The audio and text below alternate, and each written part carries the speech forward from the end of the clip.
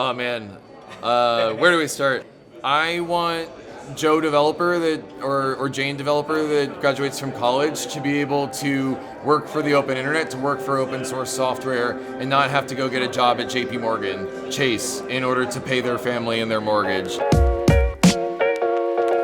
My name is Kevin Owocki. I am the founder of Gitcoin. Gitcoin's a place that you can get coins if you have software skills. The idea was that open source software creates so much value for the world, $500 billion per year, and every company I've ever worked on has been built on top of open source software, and we want open source software developers to be compensated for their work. I'm just super inspired by all the work that's been put in the public domain with open source, and that's why we started Gitcoin.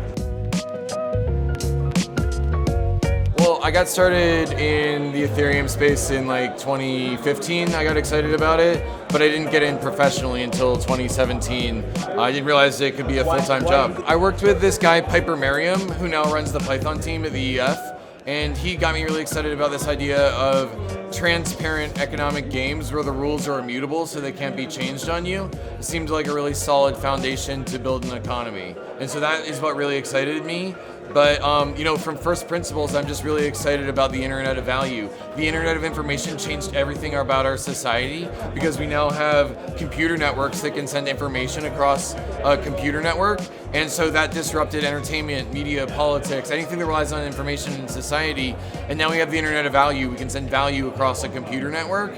And there's so many things in society that rely on value transfer, not just speculation and investments, but jobs, insurance, and I'm just really excited about the opportunities of reinventing value transfer to be more regenerative. And that's the design space that keeps me excited about working on Ethereum every day and excited me back in 2015. We have many amazing funders like Kraken, like ENS, like Badger, that have all contributed to the Gitcoin grants matching pool, and those are DeFi projects. So I think it's really amazing to see all these DeFi projects that have billion-dollar treasuries giving back to public goods and building their brand by creating a regenerative economy. And so if we can provide an economic incentive for people to work on public goods and our common infrastructure instead of on private profit, then I could see a Schelling point for the hopeful, a Schelling point for builders of hundreds of thousands, then millions of software developers building their careers on the open internet and working for ETH instead of working for a private company, and that's what we want to do.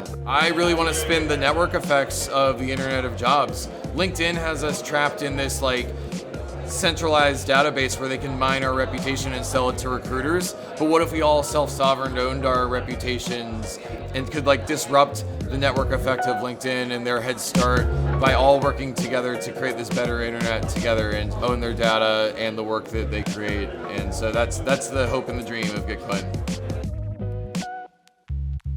One of the things I think that we've seen with Web2 marketplaces is that they go through this growth curve where they're really working hard to attract users when they first start, and then they hit a network effect where their growth is inevitable, and they flip from attracting users to extracting users once they become inevitable. And we saw this with Facebook, we saw this with Uber, we saw this with LinkedIn.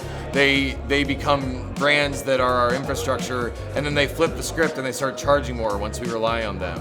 And so that's one of the things that I really think is wrong with the traditional ecosystem, and I think having products that are governed by the communities they serve is one way of solving that. So Uniswap V2, even Hayden Adams cannot change the rules of Uniswap V2, whereas Mark Zuckerberg is always in the background trying to figure out how to juice us for more of our data.